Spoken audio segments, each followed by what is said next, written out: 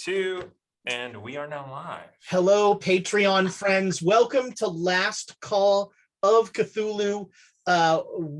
Thank you so much for all you do for our channel. It is awesome, and you are a big part of that.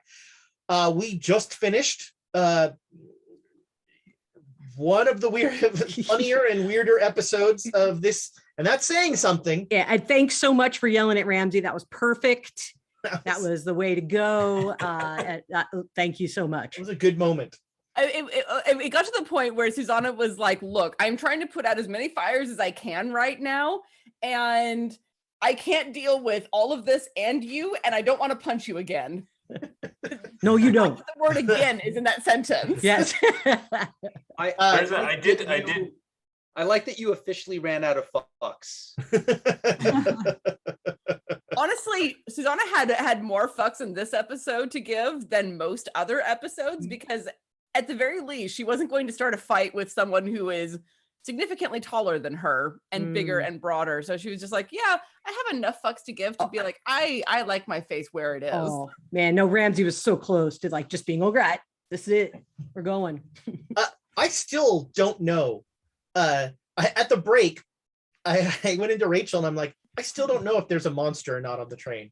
And I still don't know. And that's the worst. That is the most interesting thing. This reminds me of, a little bit of the Doctor Who episode Midnight, except there actually was a monster in that one. But with that, it was the whole thing was everyone turning on each other. Yeah. And that's fascinating. Yeah. So yeah, I don't actually want to know if you ever figure it out. I like the I don't have to figure it out now. You They resorted to cannibalism after we let them go. It just all went. Yeah, they're stuck on the downer pass. I do have to say that tension was the actual only time in a horror campaign that I'm like, oh, I don't know what's happening. Yes, is it a monster? Is it a thing? And really feeling that paranoia of and then everybody turning on each other. And then just being like, I wasn't sure. I still, I didn't decide. I couldn't decide if Brock pushed the first guy over or not. Part of me was like, Brock's like a Jekyll and Hyde thing, but not Brock. Not Brock. Yeah, the other guy. Dougie. Yeah, Dougie. I really like the moment where through Susanna, the use of psychology to see that Dougie was like trying to figure out a way out of it. He wanted to de-escalate things. Yeah. Because that could have become an escalated situation. It doesn't always have to. As it so frequently does around us, but things escalate so fast that usually it's very hard to de-escalate in any sort of meaningful way, because by the time that I'm like, okay, let's just not, by that point, there's usually already guns drawn and things happen. Dynamite tends to end peace talks pretty quickly. Mm-hmm. Whatever. But you successfully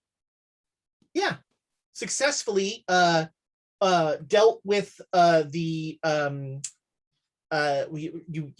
got out of your contract with the Mormons. You let the ghouls know. By the way, I should have told you, you each got 5 more luck for your deal with the ghouls. Yes. I'm not say that sooner.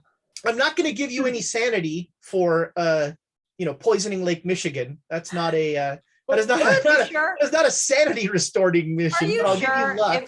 In the Froman family, that's pretty much. just blame it on a Great Lakes El Nino. There you go.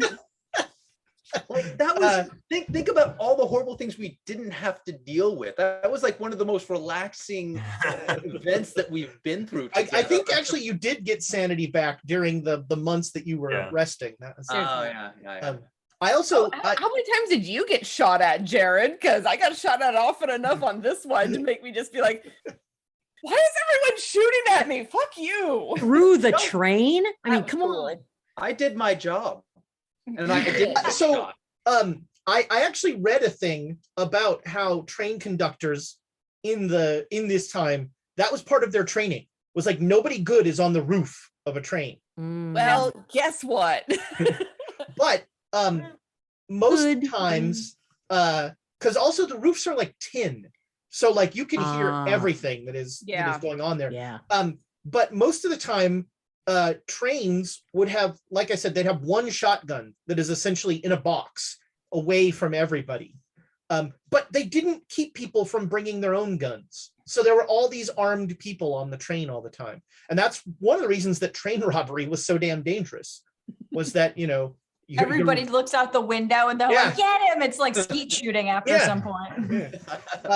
But yeah, if it happened at night, it was usually like put something across the rail and get the train to stop. It was rarely the riding up there. Yeah, I actually planned, most of what I had planned was for Reno on this one. Well, and then you just had to go and do something on the train. Because... I mean, you reminded me that something has to happen on trains. Yeah, well, so you don't have to take the bait yourself. Ezra, dear, you don't have to take the bait. It's okay. I mean, technically, the only thing that happened on this train was y'all, really. Yeah. Well, I don't know. That big guy did some stuff too. Doug was Hold Doug. on. I have a new theory. The conductors are killing themselves. There's a murderer among the conductors and has nothing to do with anything else. And it's just a big mystery back there. And quick, go back and get the car and find out. The last one standing gets the package. yep, exactly how it works. There you go. That's I don't what it even is. know what the package is. Yeah. It's the MacGuffin. I should have just called it the MacGuffin. Yeah, well, because you said something like, "Oh, you guys still have the package." And I'm like, "Wait, what?" Once we heard that, it's just like, oh no, you gotta go. Yeah, you're a liability to this party. Bye-bye. We already have a source of unspeakable evil that we're contending with. We don't need two. We can't do two. You have to go. Sorry. We can only handle ours. Yeah. And ours is so much more important than yours. Well, at least ours is more. At least ours is more consistent. You talking about the train shooting thing reminds me of one of my managers at Barnes and Noble would talk about sometimes working at a Barnes and Noble in Fairbanks. So he was always like, "I'm not worried about like someone robbing the place. 4 people in line are going to have a gun because it's an open carry state." Terrifying but true. And in a Barnes and Noble, you shoot through the roof because nobody should be up there. It's If you hear somebody on the roof. If you can hear someone on the roof at that Barnes and Noble, which is like 40 feet up, you have supersonic hearing. You got very good. Yeah, that's They right. got big boots. Or they got big boots. It's hard to say. And now we're gonna head back to Reno, and that means Jonesy will be, Jonesy will pop up, whether or not Jonesy will join us again. Oh, we have to explain stuff to Jonesy, or do we have to? Do we really? Do we really? What do you think? Should Actually, Jonesy's like, I read this story about Lake Michigan, and it really sounded like you guys. no, I'm not worried about that. I'm worried about the whole her immortal soul belongs Yeah. to Sure, Brown that's the Jenkins thing. now. Like the rest of it, no problem to explain. It's like, yeah, this is what happened. You've seen enough crazy shit to believe us. But The immortal soul thing is a poser. That's true. Yeah, no, that's we need to think about that, because I would love to bring Jonesy back, but then there's that tension. I mean, But as long as she doesn't go summoning Brown Jenkins again, because if she does, Susanna will knock her unconscious. Hey, guess what's your best chance to learn Spanish? Yep, Brown Jenkins. I know. Oh, well, we have to now. That's right. Renee is fluent in Spanish. Hey, I'll just hey, say hey, that hey. right now. Throw that. You're making that shit up. I That just made it up just now. the best gonna be the moment character. of this episode was It's canon. I'm gonna propose to Renee. Oh, that was fantastic. good. I love how she was your fiance, and then all of a sudden you're like, I'm gonna propose to her. Well, okay. I don't think she was his fiance. I don't No. recall. No, she was their- not. no, I think we've known each other for a few days. So, They just spent some very passionate nights together. Yeah, absence makes the heart grow fonder. absinthe. Does Yes. it? Yes, absinthe. There we are. Absence, absence make the eye. There you go. Yeah, this was fun. I had a Great, good time tonight. great time, guys. Thanks. Didn't know what was going on. Patreons, thank you so much for all you do for Quests and Chaos. We appreciate you every week and all the time. Really, it's fabulous. Except you, Bomb Clancy. Is Bomb Clancy I don't know if she's a Patreon. Think so, but also sending tons of love to Ben in this Yes. very difficult time. yes. Yeah, Yeah. 100%. Yeah, that's family stuff, and loss is a big one.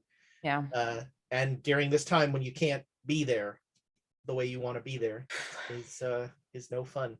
Yeah. All right, well, everybody think a good thought for Squeal, and we'll see you next time. Goodbye, Patreon friends.